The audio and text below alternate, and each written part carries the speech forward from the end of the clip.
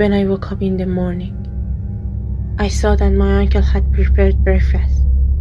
We sat down to eat when my uncle said, "Did you see how my son didn't want to stay here yesterday and made up a story to leave?" I suddenly remembered last night and the cat and told him everything. But he said, "I slept beside you last night. Otherwise, who knows what a story you would have made up. Young people like you are all dreamers and talk about such things." Although I told him why should I made up a story and what I would gain from it, he didn't believe me at all. By noon, I was ready to go to university, and my uncle said, "I'm going home too. When your class is over, come to our house." I was so in my thoughts at the university that I didn't realize when the classes ended. On the way back home, I kept thinking, should I go to my own house or to my uncle's? It wasn't just a 1 day or 2 day thing to go to their house. Finally, I decided to go my own house. I entered the house cautiously. Everything seems normal. I decided to take a shower. When I came out of the shower, I was shocked. All the house belongings were scattered and messy. But the stranger thing was the cat, sitting on the stove. I was looking at it when it suddenly jumped off the stove and went behind the curtain. I went toward the stove and saw that it was on. How hadn't the cat gotten burned? I was going crazy with fear and decided to leave the house and go to my friend's place. I told my friends everything. He said, "Let me tell a few of my friends so we can go to your house together and you won't be alone." When Jack's friends came, we all went to my house together. I was so lost in my thoughts that I didn't notice their conversation. One of Jack's friends got up and went to the bathroom. After a few minutes, we heard the screams and running footsteps. We all got up and went to the yard. We saw our friends on the ground, shaking and babbling. We brought him into the room and gave him some water. After a few minutes, when he felt better, he said, "When I went to the bathroom, I wanted to wash my hands. I turned on the light. As soon as I wanted to turn on the faucet, the electricity went out. I tried the switch a few times until the light came back on. I wanted to grab the soap, but it suddenly flew to the other side. When I tried to pick it up again, it kept moving around. I thought maybe I was hallucinating because of your story.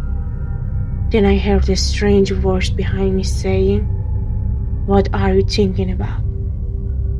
I turned around and saw the hideous ghost smiling at me. We were all staring at him when suddenly there was a loud noise from the window, and something hit the glasses with a great force. The noise was so loud that I thought the glasses had shattered, but surprisingly, it was intact. When we looked closely, we saw that someone had smeared blood all over the windows. While we were staring at the windows, something hit it again, and we heard a loud scream. We were all paralyzed with fear. Strange noises were coming from the room behind us, but nothing could be seen. Eventually, we all fled the house out of the fear and stayed at Jack's place. The next day, instead of going to the university, I decided to return to the city where I live and tell my family about what happened. When I arrived, I told my father the whole story. He said, "Rest from now. Tomorrow I take you to someone who might understand what happened to you." The next morning, we headed to another city near where I lived. When we arrived, we entered a mysterious and large house. We went towards the room of the woman who was supposed to see us. When we entered, an elderly woman was sitting behind the desk. As soon as we entered, she looked up and stared directly into my eyes. I felt uncomfortable, so I looked down. After a few seconds, I looked up again and saw that she was still staring at me. Suddenly she said, "Why did you get up and leave in the middle of the night, despite all the insistence? Why are you so stubborn?" I was so bewildered and just looked at her. She said, "Why aren't you answering?" I was stunned and looked around, but there is no one in the room, except my father and me.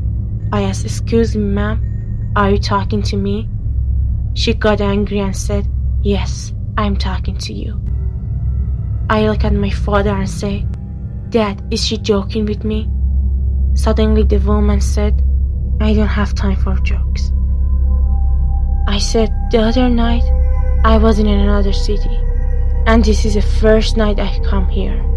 She put her glasses aside and said, "You were just as insolent as the other night."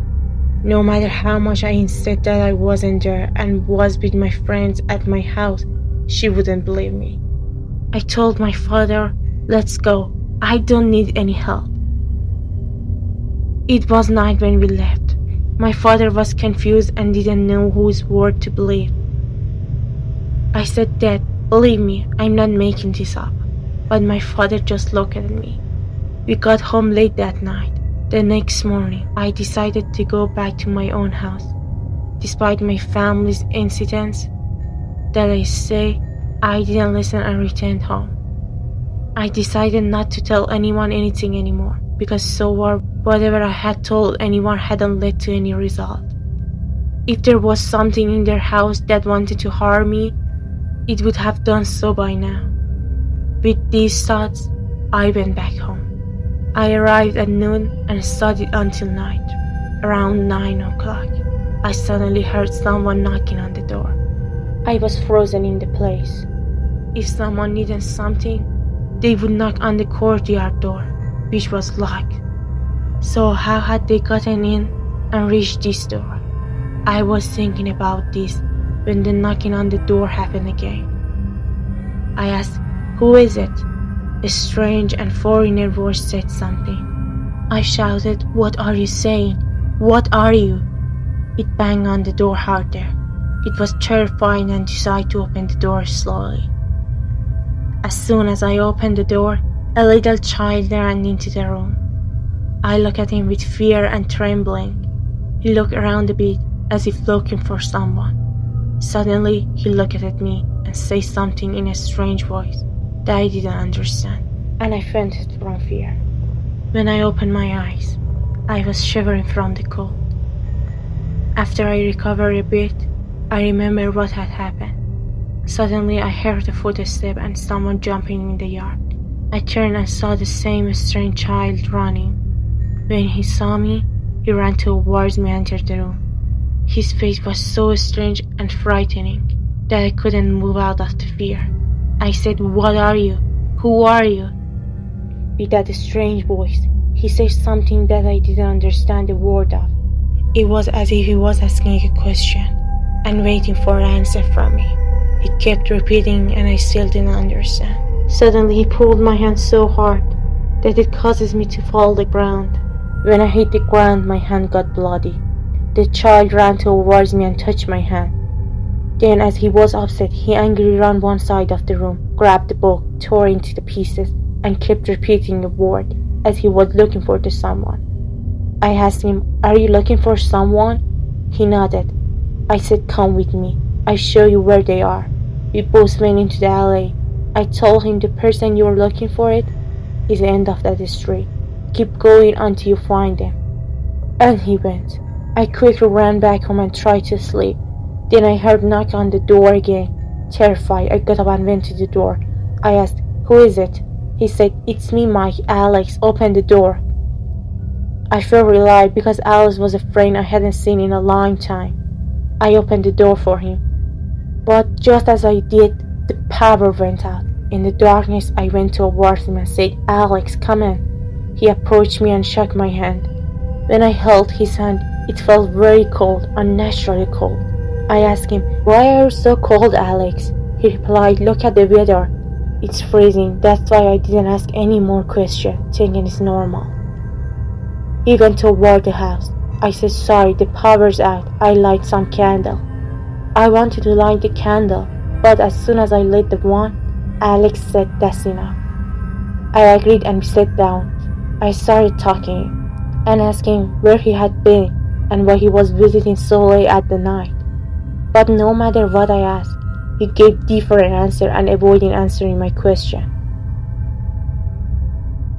I got up to get him some snack. He got up with me and asked, "Where are you going?" I asked, "I'm going to the kitchen." As I went towards the kitchen, he came with me.